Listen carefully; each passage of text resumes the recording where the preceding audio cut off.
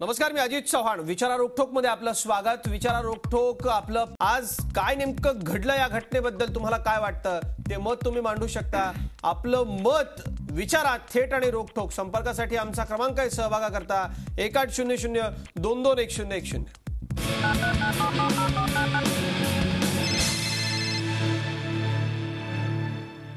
आणि आज आपण चर्चा करणार आहोत मुंबईतल्या पावसाबद्दल, त्या पावसानं उडवलेल्या दैन्याविषयी. एक दिवस पाऊस झाला आणि मुंबई महापालिकेचे नालेसफाईचे सगळे दावे या पावसानं खोडून काढले. मुंबईची अशी अवस्था झाली कशी, का झाली, या अवस्थेला जबाबदार कोण आणि या पावसाळ्यात मुंबईची आणखी काय अवस्था होऊ शकते यासारख्या प्रश्नांचा वेध आपण घेऊयात मुंबई कुणी बुडवली या खास कार्यक्रमात.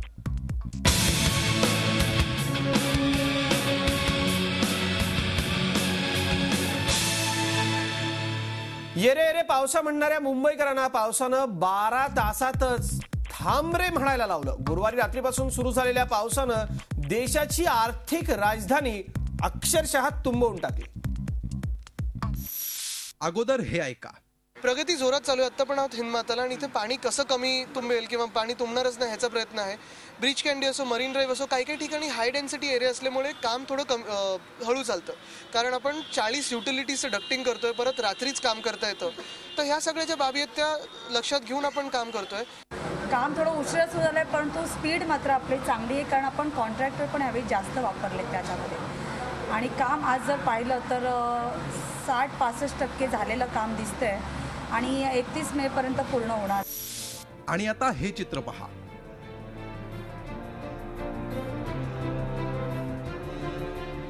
गुरुवारी रात्रीपासून पावसानं मुंबईकरांना करून दाखवलं. गुरुवारी रात्री सुरू झालेला पाऊस असा काही बरसला की मुंबईकरांचा वीकेंड एक दिवस अगोदरच सुरू झाला. वांद्रे, सायन, माटुंगा, विद्याविहार, हिंदमाता, मालाड या परिसरात पाणी साचलं. पूर्व आणि पश्चिम उपनगरवासियांची तर अक्षरशः दैना उडाली. मुंबई में लगातार मूसलाधार बारिश की वजह से जगह जगह जल जमाव हो गया है. आप देख सकते हैं मुंबई के घरों में भी पानी इस वक्त घुस गया है. ये मध्य मुंबई का इलाका है, परेल इलाका, जहां पर ये आप देख सकते हैं कि कांगावाड़िया बिल्डिंग है, उसके एंट्रेंस में किस तरह से घुटना भर पानी है. जाहिर है कि जो लोग हैं, जो महिलाएं घरों से निकलना है, जिनको कहीं जाना है, वो उनके हालात बहुत बद से बदतर हैं. वडाळा, माझगाव, माहीम, हिंदमाता या परिसरात वृक्ष कोसळल्याच्या घटना घडल्या. त्यामुळे अनेक वाहनांचं नुकसान झालं.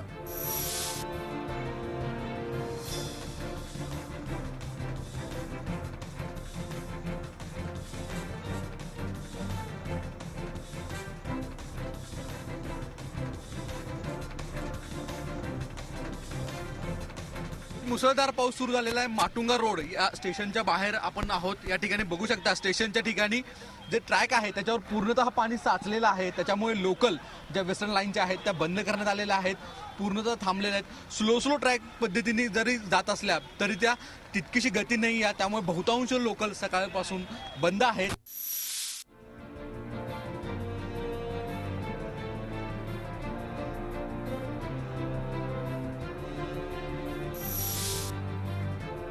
परळ आणि एल्फिस्टन मध्ये अनेक सखल भागात पाणी साचल्यामुळे नागरिकांचे प्रचंड हाल झाले. ठाणे स्टेशन परिसरात आणि शहरातल्या अनेक ठिकाणी पावसानं नागरिकांची चांगलीच दैना उडवली. अनेक ठाणेकर कित्येक तास रेल्वे स्टेशनवर ताटकळून घरी परतले. मुंबईत ठिकठिकाणी पाणी साचल्यामुळे तिन्ही मार्गावरील लोकल वाहतूक ठप्प झाली. लोकल बंद असल्यामुळे मुंबईकरांना रेल्वे ट्रॅक मधून पायपीट करण्याची वेळ आली. कल्याण स्थानकात अनेक जण अडकून पडले होते.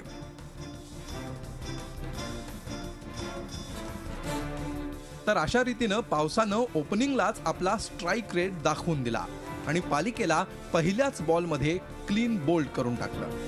Bureau report, Zee media. आणि विचारा रोकठोक मध्ये आपण थेट सहभागी होऊ शकता. 1800-221010 आमचा टोल फ्री क्रमांक आहे. नेहमीप्रमाणे आजच्या कार्यक्रमामध्ये जे मान्यवर सहभागी झाले त्यांचं सुरुवातीला आपण स्वागत करूयात. मुंबई महापालिकेचे नगरसेवक, महापालिकेशी संबंधित आहे म्हणून मी तशी सुरुवातीला ओळख करून देतो. आणि मुंबईतले खासदार राहुल शेवाळे आपल्या बरोबर आहेत. राहुलजी, खूप खूप स्वागत विचारा रोकठोक मध्ये आपलं. नितीन सरदेसाई, महाराष्ट्र नवनिर्माण सेनेचे माजी आमदार आपल्याबरोबर आहेत. नितीनजी, आपलं खूप खूप स्वागत. आजच्या पावसामध्ये मुंबईकरांना काय नेमकं सहन करायला लागलं हे इतका वेळ आम्ही सगळं दाखवत होतो, सांगत होतो आणि मुंबईकरांनी हे सहनही केलं.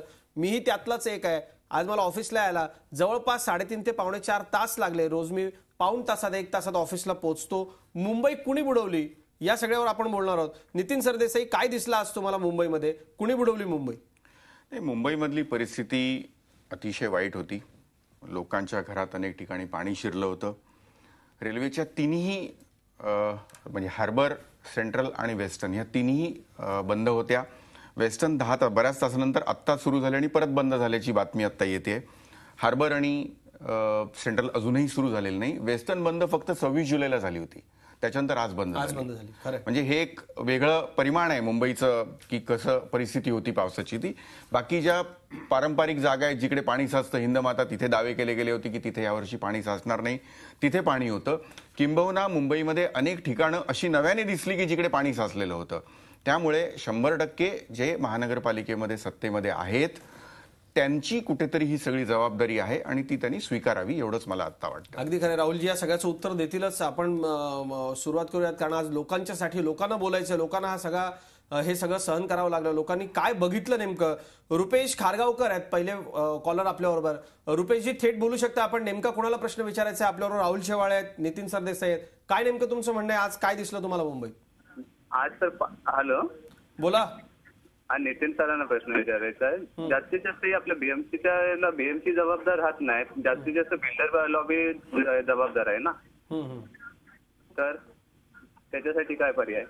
अच्छा, त्याच्यासाठी पर्याय काय? खरं तर नितीन सरदेसाई जाईन मी आपल्याकडे, पण सुरुवातीला राहुल शेवाळे, जे आज आम्हाला मुंबईमध्ये दिसलं. खरं तर आपण अनेक वर्ष स्थायी समितीचे अध्यक्ष होतात, मुंबईमध्ये काम केलं. मुंबईच्या सगळ्या अगदी बारकाईने या संदर्भातल्या सगळ्या गोष्टी तुम्हाला माहिती आहेत, खूप चांगल्या माहिती आहेत.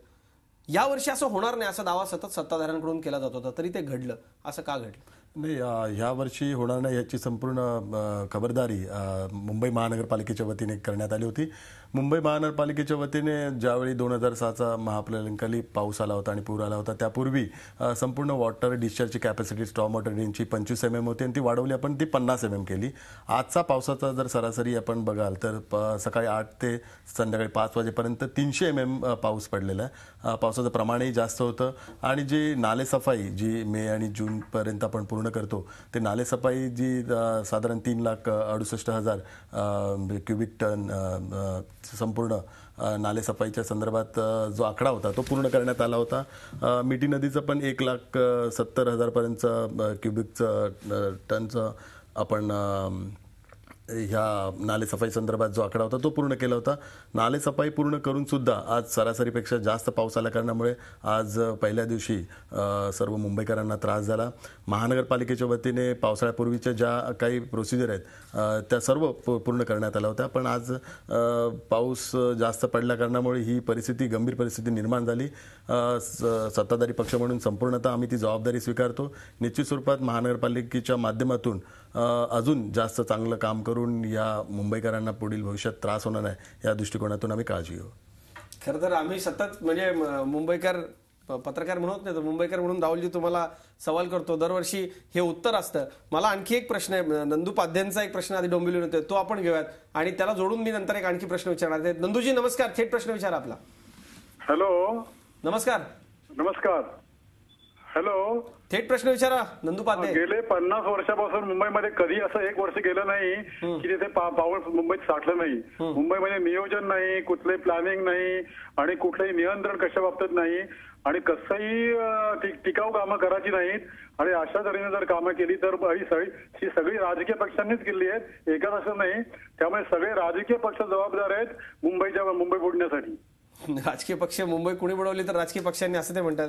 राहुलजी, माझा एक छोटासा प्रश्न आहे की परवा आम्ही एक बातमी दाखवली होती की जो नाल्यांमधला गाळ आपण काढतो तो प्रत्यक्षात तिथं टाकला जातच नाही, हे आम्ही सप्रमाण तिथं दाखवलं. सत्ताधारी म्हणून आपल्याला असं वाटत नाही की याची चौकशी आपण सगळी करावी? नेमकं हे सगळं जातं कुठं? आणि दुसरा एक महत्वाचा प्रश्न तो म्हणजे आम्ही रस्त्यावरती गाडी चालवतो किंवा चालतो, प्रचंड मोठे खड्डे असतात, म्हणजे पाण्यानं आधीच रस्ते बुडालेले असतात, आम्ही कुठल्या खड्ड्यात जाऊ हेच आम्हाला कळत नाही. ते खड्डे दरवर्षी सांगितलं होतं, ते का नाही बुजवले जात? नाही, खड्ड्यांच्या संदर्भात ह्या वर्षी चांगली उपाययोजना मुंबई महानगरपालिकेच्या वतीने करण्यात आली आहे. 2 वर्षापूर्वीच मुंबई महानगरपालिकेने एक 3 वर्षाचा एक रोड मॅप बनवला होता आणि त्यानुसार प्रत्येक वर्षी साधारण 2,000 किंवा 2,500 कोटीपर्यंतची बजेट प्रोव्हिजन केली होती. यावर्षी साधारण 674 रोडची नवीन कामं महानगरपालिकेच्या वतीने पूर्ण करण्यात आलेली आहे. पुढच्या टप्प्यात उर्वरित कामं करणार आहे आणि खड्ड्यांचा त्रास नागरिकांना होऊ नये याची दक्षता महानगरपालिकेच्या वतीने करण्यात आली. पावसाळ्यापूर्वी ती कामही पूर्ण करण्यात आलेली आहे. या नालेसफाईच्या संदर्भात जो कचरा उचलण्याचा संदर्भात ज्या काही तक्रारी आलेल्या आहेत त्या तक्रारी आयुक्तांच्या निदर्शनास आणून दिलेल्या आहेत. आयुक्त त्या संदर्भात सखोल चौकशी करत आहेत आणि म्हणजे एकतर महापालिकेच्या कर्मचारीच त्याच्याच नावावरच्या जमिनीवरती टाकलं जातं आणि तो म्हणतो माझा काही संबंधच नाही. आणि मग ग्रामपंचायतींचे खोटे ठराव आहेत, खोटे लेटर हेड्स आहेत, खोट्या सह्या आहेत, या सगळ्यावरती काहीतरी कारवाई होईल का? म्हणजे नाले नेमके स्वच्छ होतात की नाही हे कळेल आम्हाला. निश्चित स्वरूपात कारवाई होईल. आयुक्तांकडे तक्रार आली, आयुक्त ह्या संदर्भात चौकशी करून त्या संदर्भात जी काही कायदेशीर कारवाई आहे ती कायदेशीर कारवाई करतील. कारण त्यांच्या ह्या सर्व प्रकरणामुळे संपूर्ण मुंबईकरांना त्रासाला सामोरं जावं लागत आहे. मुंबई महानगरपालिकेची पण त्यात बदनामी होते. अशा वेळी जर कुठलाही कंत्राटदार अशा पद्धतीने जर काम करत असेल तर त्यातले गय केली जाणार नाही, त्याच्यावर कठोर कारवाई केली जाईल. कठोर कारवाईचं आश्वासन देत आहेत खासदार नितीन सरदेसाई. तुम्ही ज्या ज्या भागामध्ये रोज फिरता किंवा रोज जाता तिथं आज नेमकी काय परिस्थिती होती? कारण आपल्याला लक्षात येत नाही. आज व्हॉट्सअपवरती आम्हाला अनेक असे फोटोग्राफ्स पाठवले जात होते की गाडी कलली आहे, ती खड्ड्यात गेली आहे. अनेक ठिकाणी समोर प्रचंड मोठं एक पाणी जात असताना असा भोवरा तयार होतो. इतक्या मोठमोठ्या खड्ड्यांचे फोटो मी आता माझ्या मोबाईलवरून दाखवू शकतो. ही सगळी परिस्थिती आम्हाला दिसते. आपण आमदार होता, आपल्या सगळ्या विभागामध्ये नेमकी काय परिस्थिती आहे? जिथे जिथे फिरता तिथे काय परिस्थिती दिसली आज? एकंदरीतच मुंबई आणि मुंबईकरांची परिस्थिती अत्यंत दयनीय होती. मला दुसरा शब्द या क्षणाला सुचत नाहीये. आणि मी मगाशी म्हटलं माटुंगा स्टेशन जिकडे पाणी अनेकदा भरतं तिथं आजही पाणी होतं.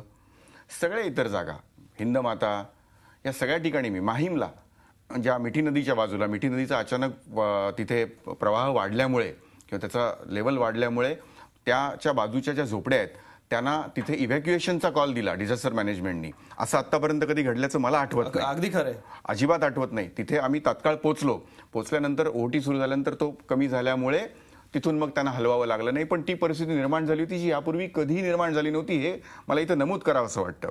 आणि सुरुवातीलाच मी म्हणजे थोडंसं विषयांतर होईल कदाचित, पण खासदार साहेब आल्यानंतर त्यांनी जे पहिल्यांदाच कबूल केलं की त्यांनी ऍक्सेप्ट केलं की हे आमची जबाबदारी आहे, ती आम्ही स्वीकारतो.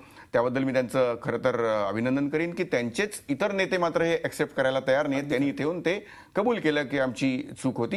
ही एक चांगली गोष्ट आहे. जर आपण आपली चूक आहे हे मान्य केलं तर त्याच्यातून सुधारता येतं. बाकीचे आत्ताही ती चूक स्वीकारायला तयार नाहीयेत. कोणी प्रशासनावर ढकलतंय तर कोणी पावसावरती ढकलतंय. आता सांगितलं की नेहमीपेक्षा सरासरीपेक्षा खूप जास्त पाऊस झाला. मी पुन्हा एकदा सांगतो की 26 जुलैचा जो पाऊस होता त्याचा एक प्रकार वेगळा होता. तो 942 मिलीमीटर पाऊस झाला होता. आज 283 ते 300 मिलीमीटर झालेला आहे. बरं, मुंबईला पाऊस नवीन आहे का? अजिबात नाही, अजिबात नाही. मुंबईमध्ये दरवर्षी नेहमीची येतो पावसाळा म्हणतो तसा तो पावसाळा येतो. या प्रमाणामध्ये कुठल्या तरी एका दिवशी पाऊस पडतो आणि दरवर्षी मुंबई ठप्प होते. त्याच्यापूर्वी आपण सगळे पेपरामध्ये फोटो बघत असतो, चॅनलवर बघत असतो की हे जे सत्ताधारी पक्षातले लोक आहेत ते पाहणी करतात, त्यांचे मोठे मोठे फोटो येतात. ह्यावेळेला नाले साफ झालेले आहेत, काही होणार नाही, हे सगळे दावे केले जातात, ते फोल ठरतात. आता पुढच्या काही दिवसामध्ये रस्त्याचे खड्डे आपल्याला बघायचे आहेत. तो विषय आजचा नाही आहे म्हणून मी त्याच्यावरती विशेष बोलू इच्छित नाही, पण त्यांनी तो उल्लेख केला म्हणून मी केवळ सांगितलं. पण हे सगळं वर्षानुवर्ष असंच चालतंय. गेली 25 वर्ष सत्तेत असलेल्या माणसांनी जो आता याच्यापुढे आम्ही सुधारण्याचा प्रयत्न करू म्हणायचं, लोकांनी जायचं कोणाकडे? बघायचं कोणाकडे? अपेक्षेने जर बघायचं तर सत्ताधारी पक्षाकडे बघायचं. आणि दुसरं मला नेहमी एक जाणवतं की हे सगळं करत असताना एखादी चांगली गोष्ट घडली किंवा चांगली योजना जाहीर केली तर ते स्वतःची पाठ ठोकून घ्यायची सत्ताधाऱ्यांनी की आम्ही मुंबईकरांसाठी हे करतो. आणि अशी एखादी दुर्घटना घडली की त्यावेळेला मात्र सांगायचं की प्रशासन जबाबदार आहे. बरं, प्रशासन जर जबाबदार आहे तर चांगली गोष्ट स्वतःनी केलेली आणि चुकीची घडली तर प्रशासनाने. खरं तर जबाबदारी सत्ताधाऱ्यांचा.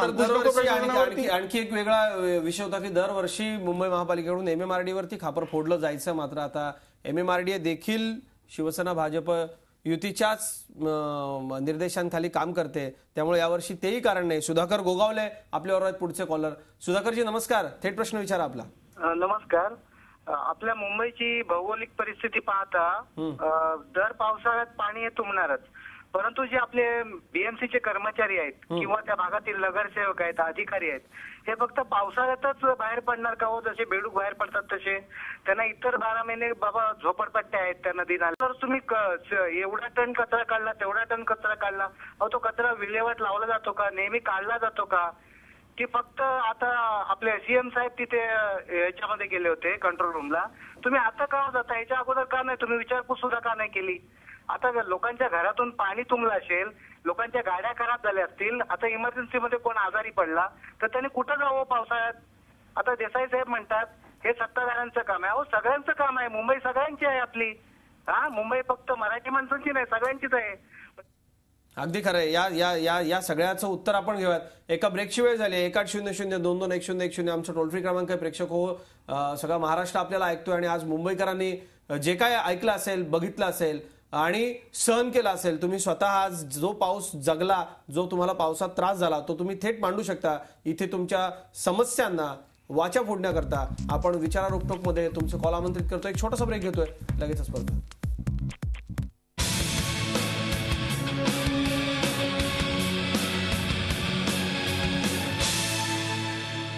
पुन्हा एकदा स्वागत. विचारा रोकटोक मध्ये आपण चर्चा करतोय मुंबई कुणी बुडवली. ब्रेकला जाण्यापूर्वी आपले कॉलर होते सुधाकर गोगावले, त्यांनी प्रश्न उपस्थित केला या ठिकाणी की ही राजकीय पक्षांची जबाबदारी, पण हेही सांगावंसं वाटतं लोकांना, नागरिकांना आवाहन करावंसं वाटतं की अनेक संस्था म्हणजे मुंबईमध्ये रेल्वे असेल, MMRD असेल किंवा महापालिका असेल, जे लोक गाळ काढतात मुंबईतून, त्यांनी एक गोष्ट सतत सांगितली. राजकीय नेत्यांशी बोलत असताना एक गोष्ट सतत कळते की लोक नाल्यांमध्ये कचरा टाकणे, सार्वजनिक ठिकाणी स्वच्छता ठेवणं, विशेषतः मुंबईतल्या रेल्वे फलाटांवरती प्लास्टिकची वेष्टनं इतस्तत पडलेली असतात, सगळी फेकली जातात.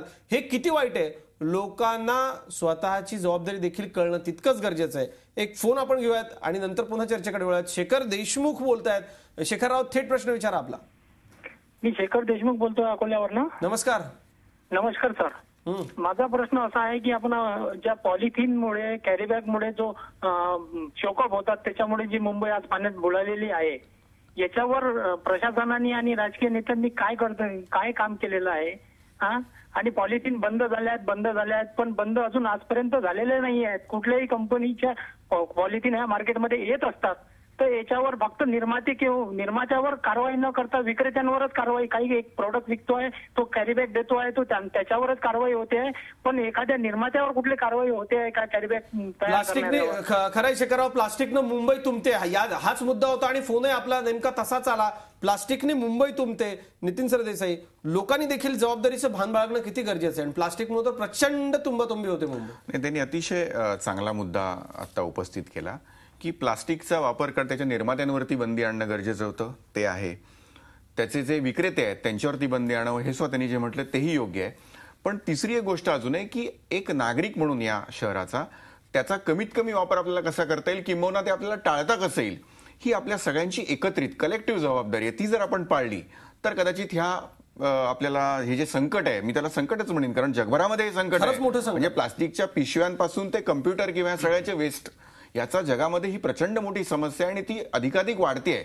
त्यामुळे याच्यावरती आपण सगळ्यांनी एकत्रित विचार केला पाहिजे आणि त्याच्यावर जर बंदी घालून ती अत्यंत काटेकोरपणे जर ती पाळण्यात आली तर मला वाटतं ह्या प्रश्नाला आपण काही अंशी तरी निदान आपण त्याला, त्यामुळे हा अतिशय सकारात्मक विचार आहे. तर त्यांचं म्हणणं अत्यंत योग्य आहे आणि याचं स्वागत केलं पाहिजे. मध्यंतरी रेल्वेनं फलाटांवरती प्लास्टिकच्या वेष्टनात वस्तू विकायला बंदी घातली होती, पण पुढे ती मागे घेण्यात आली. खरं तर अशी बंदी विशेषतः रेल्वे फलाटांच्या आसपास असायला हवी, कारण आज जी स्टेशन सगळी तुंबलेली होती ती बघितली, रेल्वेच्या आसपासचे नाले तुंबलेले बघितले. एक मुंबईतला खूप मोठा मुद्दा आहे, तो म्हणजे जे नालेत मुंबईतले, त्या नाल्यांवरती उभे राहणारी अनधिकृत बांधकामं.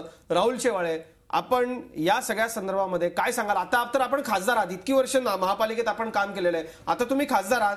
हे खूप वाईट आहे. सतत या झोपड्या वाढत असतात, विशेषतः याच्यामध्ये परप्रांतीय असतात. या सगळ्यामध्ये एक गोष्ट खूप महत्वाची, ती म्हणजे जो माणूस प्रामाणिकपणे टॅक्स भरतो, जो माणूस हे शहर स्वच्छ ठेवण्याकरता महापालिकेला पैसे देतो, त्याच्या खिशातले सगळे पैसे जातात, ती सगळी नाले तुंबतात, त्याच्यावरती अनधिकृत बांधकाम उभी राहतात. आता तुम्ही खासदार आहात, काय या संदर्भात विचार करता? या संदर्भात नाले सफाईच्या दरम्यान आणि नाला रुंदीकरणाच्या दरम्यान महानगरपालिकेच्या वतीने वेळोवेळी झोपड्या काढण्याचे आणि तोडण्याचे कठोर कारवाई केली जाते, परंतु वारंवार कारवाई करून सुद्धा त्या ठिकाणी पुन्हा त्या ठिकाणी झोपड्या होतात। या संदर्भात महानगरपालिकेने वेळोवेळी राज्य सरकारकडे प्रस्ताव दिला होता की या कायद्यात बदल करून या सर्व झोपड्यांवर कठोर कारवाई करण्यासंदर्भात महानगरपालिकेचे जे अधिनियम आहेत त्यात बदल झाले पाहिजे। आता राज्यात आणि महानगरपालिकेत दोन्ही पक्षाची सत्ता असल्या कारणामुळे आमची ती जबाबदारी आता कायद्यात बदल करून नाल्यांवरच्या झोपड्यांसंदर्भात एक नवीन नियम बनवून ते सर्व झोपड्या हटून ब्रिमस्टोडच्या प्रकल्पात पण जेवढे नाला रुंदीकरणाची कामं झाले त्यात ह्या सर्व झोपड्यांना काढण्यात आलेलं आहे आणि त्यांचं सगळ्यांचं पुनर्वसन पण ज्या पात्र होतं त्यांचं पुनर्वसन केलं, ज्या अपात्र होतं त्यांचं डेमोलेशन केलं, पण ज्या ठिकाणी झोपड्या काढल्या गेलेल्या नाहीत त्या ठिकाणी आता परत पुन्हा एकदा कठोर कारवाई करून ती झोपड्या काढण्यात येईल। आणि मध्यंतरीच्या काळात झोपडपट्टीवासियांचे राजकीय लाड केले जातात का? हे कसे येतात तिथे, बसतात कसे? महापालिकेच्या या सगळ्या नाल्यांवर कलेक्टर लँडवरती येऊन सगळे थांबतात, तिथे नाले असतात, त्याच्यावरतीच हे अतिक्रमण केलं जातं। हे विशेषतः तिथले स्थानिक नगरसेवक असतील किंवा राजकीय पदाधिकारी असतील यांच्या आशीर्वादाशिवाय होणं शक्य नाहीये। हे थांबलं पाहिजे असं वाटत नाही का आपल्याला? नाही, निश्चित स्वरूपात हे थांबलं पाहिजे। मुंबई महानगरपालिकेत शिवसेना भाजपाची गेली कित्येक वर्ष सत्ता आहे आणि आम्ही प्रामाणिकपणे या झोपड्या काढण्याचा प्रयत्न करत होतो। वेळोवेळी राज्य सरकारचा त्यांना पाठिंबा मिळायचा, केंद्र सरकारकडून कुठलं नवीन धोरण डिक्लेअर होतं त्यामुळे यांना प्रोटेक्शन मिळायचं या सर्व झोपड्यांना। पण आता केंद्रात आणि राज्यात आणि मुंबई महानगरपालिकेत शिवसेना भाजपाची सत्ता असल्या कारणामुळे आता ती आमची जबाबदारी आहे। निश्चित स्वरूपात एक चांगलं नवीन धोरण करून या सर्व नाल्यांवरच्या झोपड्यांना काढून पावसाळ्यात जो पाणी तुंबण्याचा प्रकार या झोपड्यांमुळे होतो आणि त्यांच्या माध्यमातून तिकडे कचऱ्याचं प्रमाण पण जास्त त्या नाल्यांमध्ये टाकलं झालं, ते संपूर्ण थांबवण्यासाठी एक कठोर कारवाई आणि एक ॲक्शन प्लॅन मुंबई महानगरपालिकेच्या वतीने राज्य सरकारच्या मदतीने करण्यात येईल। पुढचे कॉलर आपल्याला प्रश्न विचारतायत, विचारा रोखोकमध्ये शंकर गाडे बोलतायत कोपरखेडावरून। शंकरजी नमस्कार, थेट प्रश्न विचारा आपला। हा नमस्कार। जी नाली सफाई केली जाते ती अगोदर वर्षभर कशी चालू होत नाही, अगोदर पाऊस पडायच्या अगोदर एक महिनाभर चालू ठेवली जाते, मग वेळ मिळत नाही, पाऊस पडायला चालू होतं, मग ते काम सगळे अर्ध्यावरच राहतात। तुम्ही याचं चांगलं उत्तर देऊ शकता। तुम्ही महापालिकेत स्थायी समितीचे चेअरमन म्हणून काम केलं की आधीच नियोजन का नसतं? अगदी 1-2 महिने आधी धावपळ सुरू होते, मग ती कामं अर्धवट राहतात, असं का असतं? तांत्रिक अडचणी काय असतात का याच्यामध्ये? रोडच्या की नाही, नाले सफाईचे ते विचारतात की नाले एक महिना आधीच का? नाही, नाले सफाईचं संपूर्ण जे कंत्राट त्याचा टाइम पिरियड असतो तो 12 महिन्याचा असतो। पावसाळ्यापूर्वी साधारण त्याचं 70 ते 75% पर्यंत त्याचं नाले सफाईचं काम त्याला पूर्ण देण्यात आलं असतं। संपूर्ण नाल्यांचा जो कचरा आहे तो 1 क्युबिक टनमध्ये तो काउंट केला जातो आणि ती ठराविक क्वांटिटी काढण्याचं कंत्राट ते दिलं जातं। साधारण 3,68,000 संपूर्ण क्युबिक टनचा तो कचरा काउंट केला जातो आणि तो कचरा काढण्याचं कंत्राट त्या क्युबिक टनचं कंत्राट त्या कंत्राटदाराला दिलं जातं। संपूर्ण मुंबई शहरात 320 किलोमीटर रनिंग मीटर नाले आहेत आणि तो कचरा काढण्याचा पावसाळ्यात 75%, पावसाळ्याच्या दरम्यान 10% आणि पावसाळ्यानंतर जे उर्वरित टक्के ते त्याला प्रमाण दिलेलं असतं आणि त्यानुसार ते करत असतं। आणि पावसाळ्या दरम्यान जर त्या नाल्याची भिंत पण कोसळली तर ते भिंत रिपेअर करण्याचं पण काम त्या कंत्राटात इन्क्लूड असतं। अशी ही पद्धत असते, त्यामुळे कुठेही पावसाळ्यापूर्वी 2 महिन्यापूर्वी कामाची प्रक्रिया नसते, संपूर्ण वर्षभरी कामाची प्रक्रिया असते। हे का? कारण पावसाळ्यापूर्वी जास्त कचऱ्याचं प्रमाण असतं आणि काही ठिकाणी पूर्ण नाले पण ड्राय झालेले असते, म्हणून तो मे आणि एप्रिल आणि मार्चच्या दरम्यान ही संपूर्ण प्रक्रिया सुरुवात करतो आपण। नितीन सर, त्याचे वर्षभर नाले साफ होतात असं वाटतं का? मला ह्याच्यावरती थोडंसं बोलायचं आहे। नाल्यांचा विषय खरा तर सगळ्याचं जे मूळ आहे ते ह्या विषयावरती, म्हणून त्याच्यावरती थोडंसं जास्त वेळ देणं गरजेचं आहे असं मला वाटतं। असं आहे की नाले सफाई, मी तुम्हाला आता ह्या वर्षी घडलेली घटना सांगतो की नाले सफाई पूर्ण झाली असं म्हणत असताना नाले सफाईची पाहणी या 2 सत्ताधारी एकदा केली आणि एकदा महापौरांनी सगळ्यांनी केली आणि त्याच्यावर सुद्धा टीव्हीवरती अनेक कार्यक्रम झाले की श्रेयाची लढाई ती झाली होती। हा एक भाग। त्या नाले सफाईमध्ये हे जे कंत्राटदार ते क्युबिक मीटर वगैरे सांगतात, लोकांना नाही कळतो। लोकांना एवढं कळतं की नाले साफ झालेले नाही आहेत, ते दिसतात आणि माझ्या घरामध्ये पाणी साचतं आणि मुंबई ठप्प झाली, लोकांना एवढंच कळतं। बाकी इतके क्युबिक मीटर झाली का काय ते प्रशासनाने आणि सत्ताधाऱ्यांनी बघून घ्यावं। माझ्या घरात पाणी साचतंय, मुंबईचे रस्ते बंद होत आहेत, रेल्वे बंद होत आहेत, हे सत्य आहे। त्यामुळे त्याच्यावरती जास्त लक्ष देणं गरजेचं आहे। क्युबिक मीटरचा हा जो सगळा असा आपण भूलभुलैया तयार करण्यामध्ये काही अर्थ नाही आहे। आत्ता नाले सफाईच्या दरम्यान असं झालं होतं की नाले सफाईमध्ये ठीक केली जात नाही आणि ते वजनावरती पैसे दिले जातात कंत्राटदारांना, ते योग्य नाही. कारण त्याच्यामध्ये ते रॅबिट मिसळतात. म्हणजे जो इतर कचरा असतो, इमारतचं जे कुठलं जरी काही रॅबिट असतं ते त्याच्यामध्ये मिक्स केलं जातं आणि वजन फुगवून वाढवून दाखवलं जातं, असं आशिष शेलार स्वतः म्हणले होते आणि त्यांना ते मान्य नव्हतं. म्हणजे सत्ताधारी पक्षापैकीच एकाला ही नालेसफाई चालली ती योग्य पद्धतीने चाललेली नाही असं वाटत होतं आणि दुसऱ्याला ती योग्य पद्धतीने चालली असं वाटत होतं. एक या गोष्टीला जर ती नालेसफाई योग्य नाही असं त्यांना वाटत होतं तर स्टँडिंगमध्ये विरोध का नाही केला या गोष्टीला? हा मुद्दा तिथं का नाही मांडला? प्रसारमाध्यमांसमोर मांडला, तिथं का नाही मांडला? तिथे त्यांनी सपोर्ट केला. आम्ही तिथे विरोध केला होता. या मुद्द्यावर मी थोडंसं अधिक का सांगतोय की हे लोकांच्या कदाचित लक्षात नसेल किंवा ते आता निदर्शनात आणून देणं गरजेचं आहे. आमचे गटनेते संदीप देशपांडे यांनी स्पष्टपणे विरोध केला होता आणि त्यांनी याच्यावर एक उपाय सांगितला होता की कंत्राटदार अशा पद्धतीच्या चोऱ्या करतात, त्या टाळायच्या असतील तर ह्याला एक उपाय आहे, म्हणजे ह्या सर्व ठिकाणी सीसीटीव्ही लावणं. की ते खरंच किती काढतायत, खरंच तेवढा तो उचलला जातोय का, खरंच नाला साफ झालाय का? कारण एकाच दिवशी पाहणी करायची आणि 80% सफाई झाली, 70% ही आकडेवारी वर्ण बघून नाही कळत. या सीसीटीव्हीला आम्ही स्वखर्चाने करू हेही सांगितलं होतं, पण त्याच्यावर काही घडलं नाही. मग अशी शंका यायला लागते की असं एखादा पक्ष किंवा कोणीतरी सांगत असेल की आम्ही स्वखर्चाने करू, महानगरपालिकेने खरं तर ही जबाबदारी आहे पण ते आम्ही करायला तयार आहोत. ते जर केलं जात नसेल तर मग या प्रसारमाध्यमांसमोर बोलल्या जाणाऱ्या गोष्टीला काय अर्थ आहे? प्रत्यक्ष जिकडे ते निर्णय घेतले जातात त्या ठिकाणी काहीतरी वेगळं घडतंय. काय उत्तर आहे आपल्याकडे? खरं तर सीसीटीव्ही लावण्यापेक्षा जी यंत्रणा मग जी आहे कंट्रोल करण्यासाठी ती करते काय? ती कंत्राटदारांनी इतकं सगळं बांधून ठेवलेलं आहे म्हणा किंवा ते चोऱ्या करतात, त्या चोऱ्या पकडण्यासाठी हा उत्तम उपाय आहे. काही करायला नको. जर माणसं तिथे न नेमता सीसीटीव्हीवरती हे सगळ्या गोष्टी स्पष्ट होऊ शकतात, अनेक चोऱ्या पकडल्या जाऊ शकतात. त्यामुळे ते करणं गरजेचं आहे. पण त्याच्यामध्ये कुठलंही रॉकेट सायन्स नाही, अत्यंत सोपी गोष्ट आहे. सीसीटीव्ही आज तुम्हाला सर्वत्र दिसतात. का ते स्वखर्चाने लावत असताना का महापालिका नाही म्हणाली? सरदेसाईजींनी 2 विषय इथे उल्लेख केला. सर्वात पहिला विषय केला श्रेयाचा. श्रेयासंदर्भात सरदेसाईजींना मी सांगू इच्छितो की यापूर्वी पण बोलताना त्यांनी उल्लेख केला की सत्ताधारी पक्ष म्हणून श्रेय घ्यायला गेले आणि जबाबदारी निश्चित स्वरूपात शिवसेनाची जबाबदारी आहे, ती जबाबदारी शिवसेना टाळणार नाही. श्रेयासंदर्भात उल्लेख करतो की आज संपूर्ण दादर शिवाजी पार्क परिसरात जे रस्ते होत आहेत त्या रस्त्यांचं नूतनीकरण झालेलं आहे. त्या नूतनीकरण जे काम पूर्ण झालंय, जे मुंबई महानगरपालिकेच्या वतीने जे शिवसेना भाजपची सत्ता आहे मुंबई महानगरपालिकेची, त्यामुळे संपूर्ण दादर परिसरात रस्ते झालेले आहेत. स्टॉम वॉटर ड्रेनचं काम झालेलं आहे, सिवरेजचं काम झालेलं आहे. तिथे श्रेयाचे बोर्ड लावलेत मनसेचे नगरसेवक किंवा स्वतः लावलेले. जर तिथे श्रेय घेत असाल तर नाही जर श्रेय घेत असाल तर मग ही पण खड्ड्यांची याची पण जबाबदारीचे श्रेय घ्यायला पाहिजे. आज आम्ही जबाबदारी टाळत नाही, आम्ही सत्ताधारी पक्ष म्हणून जबाबदारी घेतो आणि ती जबाबदारी आम्ही पूर्ण करणार. दुसरा त्यांचा विषय जो सीसीटीव्ही कॅमेऱ्याच्या संदर्भात, त्यांना कोणी त्याची परवानगीची गरज नाही. त्यांना जर संपूर्ण कामावर या संदर्भात देखरेख ठेवायचं त्यांनी त्यांच्या स्वकर्ता सीसीटीव्ही लावा. सीसीटीव्हीला काय परवानगीची गरज, ते लावू शकतात. माझ्या दृष्टिकोनातून हा विषय अत्यंत महत्वाचा आहे. सीसीटीव्ही कॅमेऱ्यापेक्षा मुंबई महानगरपालिकेचे जेवढे 227 नगरसेवक आहेत ते खरे सीसीटीव्हीचे त्यांनी भूमिका निभावला पाहिजे. नगरसेवक नाही सूचना मांडली, पण नगरसेवकांची पण जबाबदारी आहे. मी शिवसेना पक्षाच्या नाही सर्वच पक्षाच्या नगरसेवकांना सांगू इच्छितो की त्यांची जबाबदारी आहे.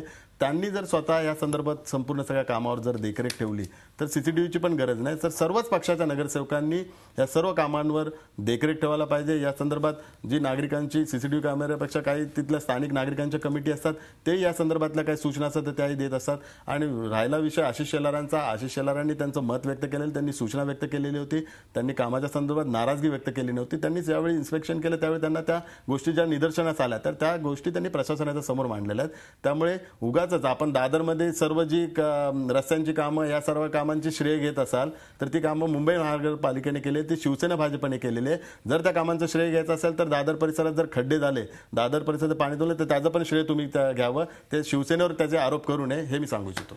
अगदी खरं. जबाबदारी मला एका ब्रेकसाठी थांबायचं सरदेसाई साहेब, जबाबदारी घेतली पाहिजे सगळ्यांनी. खरं तर नगरसेवकांनी खमकेपणानं आपल्या भागामध्ये आपल्या विभागामध्ये हे नालेसफाईचं काम पूर्ण झालंय की नाही हे पाहणे तितकंच गरजेचं आहे. श्रेयाच्या लढाई बाबतीत हे बोलतायत, पण आज मुंबई महापालिकेच्या कंट्रोल रूममध्ये जिथून या सगळ्या डिझास्टर मॅनेजमेंटवरती लक्ष ठेवलं जातं तिथेही एक श्रेयाची लढाई दिसली. त्याच्यावरती पण आपण बोलूयात, कारण आज त्याशिवाय हा विषय पूर्ण होणार नाहीच आहे. एक छोटासा ब्रेक घेतोय. 1800-22-10-10 आमचा टोल फ्री क्रमांक आहे. आपण थेट फोन करून प्रश्न विचारू शकता. एक ब्रेक, लगेचच परत.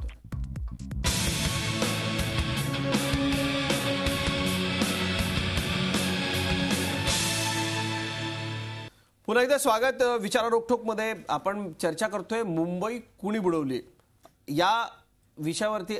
आज सतत नागरिकांचे फोन कॉल्स आपल्याला येत आहेत. सगळेच फोन काय आपल्याला घेता येत नाही. आपण मोजक्या प्रतिक्रिया इथे घेतो. 1800-221010 आमचा टोल फ्री क्रमांक आहे. अभिजित उत्तरकर आहेत आपल्याबरोबर. अभिजितराव, थेट प्रश्न विचारा आपला. जे आता मुंबईत तुंबली आहे त्याला जबाबदारी सत्ताधारीच लोक आहेत.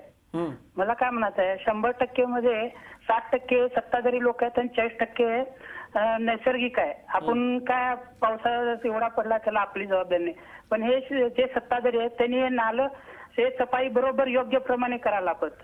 मान्य आहे प्लास्टिकच्या बाटल्या ते तुमतेच न, पण यांचं काम आहे. आम्ही यांना निवडून यासाठीच देतो का यांनी श्रेय ते घेत आहे त्यांनी श्रेय घेत आहे. आम्ही निवडून तुम्हाला कशासाठी देतो, आम्हाला कामं करावी योग्य प्रमाणे, आमची सुरक्षितता आम्ही तुमच्या हातात देतो. तुम्ही श्रेयासाठी बांधायला अर्थ नाही ना सर. शेवळे साहेब, काय उत्तर आहे याला? उत्तर त्यांच्या प्रश्नामध्येच आहे. त्यांनीच सांगितलं की 60% जबाबदारी ही सत्ताधारी पक्षाची आणि 40% ही नैसर्गिक आहे. त्यामुळे 60% जबाबदारी स्वीकारून आम्ही ते काम पूर्ण केलेलं आहे. दुर्दैवाने 40% त्यांनीच उल्लेख केला नैसर्गिक आहे. ते नैसर्गिकच आज 300 mm पावसाचं प्रमाण जास्त झाल्या कारणामुळे आज ही परिस्थिती निर्माण झालेली आहे. आणि त्याच्यात पण नागरिकांना त्रास होणार नाही या दृष्टिकोनातून महानगरपालिकेच्या वतीने आणि राज्य सरकारच्या वतीने सर्वतोपरी प्रयत्न करण्यात येत आहेत. परंतु जसा तो त्यांनीच उल्लेख केला की 40% निसर्गावर अवलंबून आहे, तर या निसर्गाच्या पुढे कोणी काही करू शकत नाही आहे. परंतु महापालिकेची, राज्य सरकारची सर्व यंत्रणा सज्ज आहे. आज जरी जास्त पाऊस आणि आज भरती पण होती, भरती असल्या कारणामुळे पावसाचं वॉटर डिस्चार्ज होत नाही. ब्रिमस्टोअरचे ज्यावेळी प्रकल्प आपण हाती घेतले त्यावेळी पंपिंग स्टेशन बनवण्यात आले.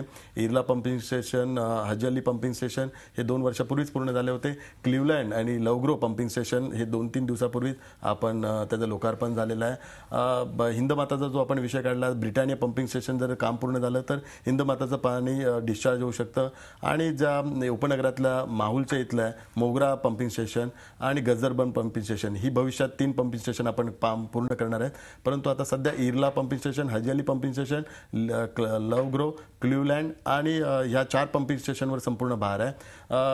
2-3 दिवसापूर्वी त्याचं उद्घाटन झाल्या कारणामुळे काही तांत्रिक अडचणी आज निर्माण झाल्या होत्या. कारण पहिलाच पाऊस होता, जास्त प्रमाणात पाऊस पडला. त्या तांत्रिक अडचणीमुळे काही पाणी तुंबण्याचा प्रकार आज शहरामध्ये झाला होता. परंतु 1-2 दिवसात तो तांत्रिक जी अडचण आहे ती पण दूर करण्यात येईल. त्यामुळे क्लिव्हलँड आणि लवग्रोमुळे संपूर्ण शहर परिसरातील ज्या ठिकाणी पाणी साचतं ते जो प्रमाण आहे ते निश्चित स्वरूपात कमी होईल. आणि पुढच्या वर्षी Britannia pumping station, Gajarban pumping station काम पूर्ण झाल्यावर मुंबई शहरातील पाणी साचण्याचा प्रमाण जे खऱ्या अर्थाने 50 mm आणि भरतीच्या वेळी ही एक गोष्ट आपण आपल्या सर्वांच्या निदर्शनात आणू इच्छितो की आज दुपारी भरती होती आणि भरतीच्या वेळी त्या ज्या भरतीच्या लाटा असतात त्यावेळी पाणी डिस्चार्ज होऊ शकत नाही. ही एक तांत्रिक अडचण आहे आणि अशा तांत्रिक अडचणीच्या वेळी थोडा त्रासाला सामोरं जावं लागतं. म्हणून मी जबाबदारीने सांगतो की या त्रासाला प्रमाण कमी करण्यात येईल या दृष्टिकोनातून महानगरपालिका उपाययोजना करतात. पंपिंग स्टेशनचं काम पूर्ण होईल आणि भरती जरी असले तर त्या भरतींच्या लाटांच्या वरती पाणी डिस्चार्ज होण्याची प्रक्रिया महानगरपालिकेच्या वतीने करण्यात येईल. आशिष शेलार, तुम्हाला माफ करा, राहुल शेवाळे, तुम्हाला या सगळ्या संदर्भामध्ये माहिती चांगली असल्यामुळं आपण खूप चांगलं सगळं सांगतात, पण मुंबईकर पण सहनशील आहे. आम्ही दरवर्षी हे सगळं इथं बघत असतो. आशिष शेलारांना आम्ही या चर्चेला बोलवलं होतं, खरं तर ते पोहोचू शकले नाही. आम्ही मगाशी जे फोटोग्राफ्स इथं सगळे दाखवत होतो त्याच्यामध्ये आपल्याला श्रेयवाद जी आता इथं श्रेयवादाची लढाई रंगली होती ती आज कशी मुंबई महापालिकेच्या कंट्रोल रूम मध्ये देखील रंगली होती ते या फोटोमधून दिसून शकतं. नितीन सरदेसाई, आपल्या मगाशीच्या त्यांच्या आक्षेपावरती आपल्याला उत्तर अनेक गोष्टींमध्ये सांगेन की श्रेय घेण्यासाठी जी स्पर्धा चाललेली आहे ती इतकी भयंकर आहे आणि लोक त्याच्यामध्ये सफर होत आहेत. त्यामुळे यांनी एकदा जर एकत्र आहेत तर ते मनमेळा काय असेल तर त्यांनी एकत्र राहावं आणि लोकांच्या समस्यांना उत्तर द्यावं. आता मी तुम्हाला 2 गोष्टी, म्हणजे परत थोडंसं विषयांतर होईल पण तुम्हाला मी सांगू शकतो की पूर्वी MMRDA वरती ढकललं जायचं, आता तुम्ही ढकलू शकता? नाही ढकलू शकत. आता मगाशी कोणीतरी मी दुसऱ्या वाहिन्यांवर बघत असताना सांगितलं की रेल्वे बंद पडली तर रेल्वेला महानगरपालिका 70 कोटी का 90 कोटी रुपये दरवर्षी देते पण रेल्वे करत नाही. ही तक्रार तुम्ही पूर्वी करू शकत होता. आज रेल्वे मंत्रालय पण तुमच्याकडे आहेत. त्याला अत्यंत सक्षम, त्यांच्या कामाबद्दल खरंच त्यांचं काही कौतुक करावं असं आहे, ते सुरेश प्रभू सारखे मंत्री आहेत. आज तुमच्याकडे ते मंत्री आहेत, तुम्ही त्यांच्याशी कधी संपर्क साधू शकता. मग हे का होत नाही? ती रेल्वे पूर्वी वेगळी वागत असली तर ठीक आहे, आज ती वेगळी वागते हे तुम्ही तक्रार नाही करू शकत. मग मगाशी जे मी म्हटलं की चांगली गोष्ट घडली तर श्रेय घ्यायचं आणि वाईट घडली तर प्रशासनावर ढकलायचं. एक मुद्दा मगाचा छोटासा राहिला, मी तो सांगतो की यावेळेला एक नवीन नालेसफाईच्या बरोबरीने एक नवीन गोष्ट केली महानगरपालिकेने, ती म्हणजे स्टॉर्म वॉटर ड्रेन, पर्जन्य जलवाहिन्या ज्या असतात त्याचा, म्हणजे ज्या रस्त्यांवरच्या आणि सगळीकडच्या त्याच्या सफाईसाठी 100 कोटी रुपये मंजूर केले. यांना माहिती असेल, यांनी महानगरपालिकेत खूप वर्ष काम केलेलं आहे. त्यासाठी 100 कोटी रुपये दिले गेले होते. मग त्याचं काय झालं? म्हणजे ही एक ऍडिशनल गोष्ट केली होती नालेसफाईच्या व्यतिरिक्त, मग ते गेले. आता जर झोपड्या बांधल्या जातात म्हणून कमिशनरच मागे सांगतात की काय करणार, झोपड्या बांधल्या जातात नाल्याच्यावर, ही जबाबदारी टाळण्याचा प्रकार नाही का? आणि ह्या जलवाहिन्या जर तिकडे त्याच्या साफ केल्यानंतर 100 कोटी रुपये खर्च झाल्यानंतर जर पुन्हा हे होत असेल तर कुठेतरी याच्यावरती कठोर शिक्षा नुसती करू असं म्हणून नाही चालणार, ती खरंच केली गेली पाहिजे. आणि कुठल्या तरी त्या ठिकाणच्या कनिष्ठ कर्मचाऱ्याला त्याच्यामध्ये बळीचा बागरा न बनवता कुठल्या तरी 1-2 वरिष्ठ कर्मचाऱ्यांवरती जेव्हा ऍक्शन होईल ना तेव्हा या गोष्टी थांबतील, तोपर्यंत त्या थांबणार नाहीत. नुसतं श्रेय घेण्यासाठी आज तिकडे सगळे उपस्थित आहे. डिझास्टर मॅनेजमेंट किंवा उद्या म्हणतील की एटीसी, एखाद्या विमानाचं काय झालं ते एअर ट्रॅफिक कंट्रोलमध्ये हे लोक जाऊन बसले, काय होणार आहे? ते स्पेशलाइज काम आहे, तिकडे जाण्यामध्ये काहीच अर्थ नाहीये. उलट बरेचदा अशा वेळेला जेव्हा राजकारणी किंवा वरिष्ठ नेते तिकडे पोहोचतात आणखी दबाव येतो, त्यांच्यावरती दबाव येतो, त्यांची सरबराई करायची का आपण लोकांची कामं करायची? त्यामुळे असं खरं तर जाऊ नये. आता ते गेले, ठीक आहे, माझं काही म्हणणं नाही, कदाचित त्यांचा उद्देश चांगला असेल, पण यांनी तिकडे काम करणाऱ्या कर्मचाऱ्यांवरती यांची सरबराई, म्हणजे खुर्च्या 4 असतील तर हे लोकांना आपण स्वतः बसायचं की यांना बसायला द्यायचं, असे काही विचित्र. त्यामुळे असं करू नये असं मला वाटतं कुठल्याही राजकीय नेत्यांनी. आणि जनतेला योग्य वेळी योग्य सगळं काही ते कळत असतं. खरं तर या कामांवरती आधीच नेमकं काय झालंय याचा आढावा सगळेच नेते जे जबाबदार आहेत ते घेऊ शकत होते. ते अधिकार सगळे त्यांच्याकडे आहेत. 2 फोन आपल्याला येत आहेत, आपण त्यांच्याशी आधी बोलूयात. शंकर ओवाळ बोलतायत चेंबूरहून, सुरुवातीला त्यांच्याशी बोलूयात. शंकरराव, विचारा.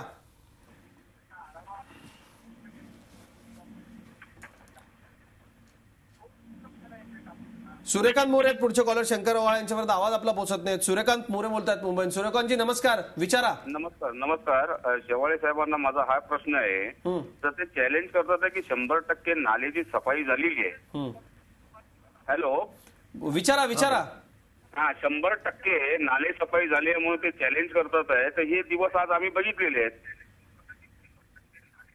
पुढचा आणखी एक कॉल आपण घेऊयात. संदेश बोलतायत. संदेश, नमस्कार, थेट प्रश्न विचारा आपला.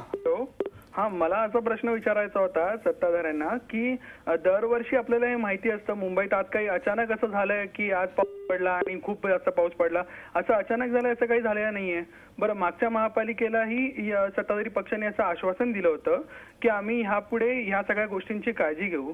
दरवेळेला डिझास्टर मॅनेजमेंट आहे म्हणून सांगितलं जातं, पण डिझास्टर झाल्यानंतर बघितलं जातं की ते वर्केबल आहे की नाही, आणि नंतर असं कळतं की ते अनसक्सेसफुल आहे, फेल्युअर आहे.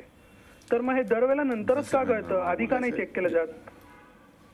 राहुल शेवाळे, का असं होतं? दरवेळेला मुंबईकरांनाच परीक्षा द्यायला लागते ना, आम्हाला ती परीक्षा फार खडतर पास करावी लागते. आज ऑफिसला यायला खूप त्रास झाला, सगळ्यांनाच खूप त्रास झाला. अनेकांची कामं रखडली, कित्येकांना हॉस्पिटलला जायचं होतं, जाताना आलं. परळमध्ये इतकं पाणी साठलं होतं की अनेक रुग्णांचे नातेवाईक तिथंच अडकून पडले होते. का असं होतं दरवर्षी? आज मुंबईकरांना जो त्रास झाला त्याबद्दल निश्चित स्वरूपात सत्ताधारी पक्ष म्हणून आमची जबाबदारी आहे, परंतु ही जबाबदारी स्वीकारताना काही गोष्टी मी निदर्शनास आणू इच्छितो. मुंबई शहराचा जर इतिहास पाहिला तर 7 बेटांवर वसलेलं एक शहर होतं. नंतर त्याची भौगोलिक परिस्थिती चेंज झाली आणि अशा वेळी या संपूर्ण मुंबई शहरात जर संपूर्ण पावसाचं जर प्रमाण सरासरी, यापूर्वी मी आपलं सांगितलं की ज्या स्टॉर्म वॉटर ड्रेन आहे त्याची वॉटर डिस्चार्जची कॅपॅसिटी 25 mm होती, जी 2006च्या महाप्रलयंकारी पावसाच्या पूर्वी. 2006च्या महाप्रलयंकारी पावसानंतर ती वॉटर डिस्चार्ज कॅपॅसिटी आपण 50 mm केली. त्यामुळे पावसाचं प्रमाण जर 50 mm असेल तर मुंबई शहरातलं वॉटर डिस्चार्ज कॅपॅसिटी स्टॉर्म वॉटरची जी आहे त्यामुळे वॉटर डिस्चार्ज होऊ शकतं. परंतु 50 mm पेक्षा जास्त आणि भरतीची वेळ असेल अशा वेळी मुंबईत पाणी तुंबण्याचे प्रकार हे भविष्यात पण घडू शकतात.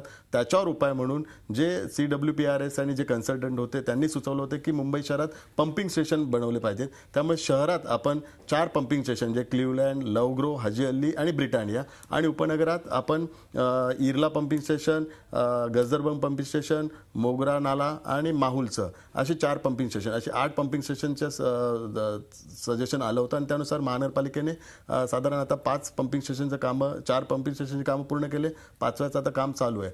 आणि जी मी परिस्थिती सांगितली की 300 mm जर पाऊस पडला तर ते वॉटर डिस्चार्ज होण्यासाठी भरतीच्या वेळी पाणी समुद्रात जाऊ शकत नाही. कारण भरतीची जी हाईट आहे ती 4 मीटर असेल. 4 मीटर भरतीची हाईट असताना पाणी वॉटर डिस्चार्ज त्या समुद्रात होऊ शकत नाही आणि अशा वेळी पंपिंगने पाणी त्या 4 मीटरच्या वरती समुद्रात सोडावं लागतं. ही एक अडचण आहे. ही मुंबई शहरात ह्यापूर्वी अडचण होती आणि भविष्यात ही अडचण राहणार आहे. आपत्कालीनच्या बाबतीत आपण बोलतात की मुंबई महानगरपालिकेचा जो आपत्कालीन कक्ष आहे तो देशातला सर्वात उत्कृष्ट असा आपत्कालीन कक्ष आहे आणि त्यामुळे आणि त्या ठिकाणी राज्य सरकारकडे दुर्दैवाने तो कक्ष तसा नाही आहे. त्यामुळे मुख्यमंत्री असेल किंवा जे वरिष्ठ पदाधिकारी आहेत त्यांना त्या आपत्कालीन कक्षात येऊनच कंट्रोल रूममध्ये संपूर्ण या सगळ्या प्रक्रिया आणि सूचना कराव्या लागतात. नाही, सूचना कराव्या. त्यात कोणी श्रेय घ्यायला गेलेलं नाहीये. आणि यापूर्वी मी स्वतः ज्यावेळी स्टँडिंग कमिटी चेअरमॅन असतो तर त्यावेळी प्रत्येक वेळी पावसाच्या वेळी आम्ही आपत्कालीन कक्ष आहे त्याच्यातच बसून संपूर्ण कंट्रोल करत होतो. कारण मुंबई शहरात जर काही सूचना द्यायच्या असेल तर त्या कक्षाच्या माध्यमातून इमिजिएट सूचना, कारण मोबाईल त्यावेळी बंद असतात, काही वेळा दूरध्वनी पण बंद असतात, पण हॉटलाईनच्या माध्यमातून सगळ्या पक्षांच्या ह्याच्यात श्रेय भाजपचे नेते नाही, शिवसेना बीजेपी दोघे सत्ताधारी पक्ष आहे. त्यामुळे जबाबदारीने ते आपत्कालीन कक्षात गेले होते. मुंबईकरांना त्रास होणार नाही याची दक्षता घेण्यासाठी संबंधित अधिकाऱ्यांना, संबंधित अथॉरिटीला सूचना देण्याकरिता सीएमचा बोलायचंय. 15 दिवसापूर्वी सह्याद्री अतिथीगृहावर राज्य सरकारला महानगरपालिकेचे ऍडिशनल कमिशनरनी एक प्रेझेंटेशन दिलं होतं या आपत्कालीन व्यवस्थापनाबद्दल. त्याचं काय झालं आज? आणि मी पुन्हा एकदा सांगतो की उद्देश चांगला असेल की आता ते ज्या सगळे तिथे गेले होते त्याचा एक सेकंदापुरता असं आपण मान्य केलं की श्रेय घेण्यासाठी नव्हते, त्यांना मदत करण्यासाठी इतके मंत्री, इतके वरिष्ठ नेते तिकडे गेले होते. मला एक छोटीशी गोष्ट, मी याची कंपॅरिझन करतो. एखाद्या ठिकाणी ऑपरेशन चालू आहे, डॉक्टर सक्षम आहे ऑपरेशन करायला, तिकडे तुम्ही आतमध्ये जायची मागणी कराल का? मी डॉक्टरला सूचना देतो, तो सक्षम आहे की आपल्याला नाही आवश्यकता तिकडे जाण्याची, सक्षम आहे. वेळ आपली संपत आली आहे. जाता जाता राहुल शेवाळे मला हे सगळं तुमच्याकडे. मी श्रेयाचं या पावसाळ्यात तरी निदान त्रास सहन करायला लागणार नाही याची ग्वाही द्याल का? नाही, निश्चित स्वरूपात मी जबाबदारी सांगू इच्छितो की मुंबईकरांना त्रास होणार नाही याकरता मुंबई महानगरपालिकेने यापूर्वीच सर्व यंत्रणा राबवलेल्या आहेत. मी जी तांत्रिक अडचण आहे ती मी सांगतो की जर 300 mm किंवा अशा सरासरी पेक्षा जास्त पाऊस पडला आणि भरतीची वेळ असेल तर त्यावेळी या तांत्रिक गोष्टी घडू शकतात. त्यावेळी थोडाफार त्रास होऊ शकतो, पण भविष्यात पण असा त्रास होऊ नये. जो उल्लेख केला की 4 पंपिंग स्टेशन झालेले आहेत, उर्वरित 4 पंपिंग स्टेशन पूर्ण झाले आहेत. मुंबईकरांना त्रास होणार नाहीये. ब्रिमस्टोडचा प्रकल्प मुंबई महानगरपालिकेच्या तुम्ही ग्वाही देताय खासदार राहुल शेवाळे की असं होणार नाही, पण या पावसाळ्यामध्ये तरी मुंबईकरांना बुडूनच घ्यावं लागलं. मुंबईची सुरुवात बुडून झाली. या राजकारणामध्ये मुंबईकर कायम वाहवत जातात असं म्हणतात, पण येत्या काळामध्ये मुंबई महापालिकेची निवडणूक येते, त्यामुळं हे बुडलेलं मुंबईचं रूप मुंबईकर चांगलं लक्षात ठेवतील आणि राजकारणात कुठं वाहवत जायचं की नेमकं ज्यांनी बुडवलं त्यांना योग्य संदेश द्यायचा हे मुंबईकरांना चांगलं कळतंय. आज विचार रोकटोकमध्ये इतकंच. आपल्या दोघंही मान्यवरांचे खूप खूप आभार. ताज्या बातम्यांसाठी पाहत राहा 24 तास. राहा एक पाऊल पुढे.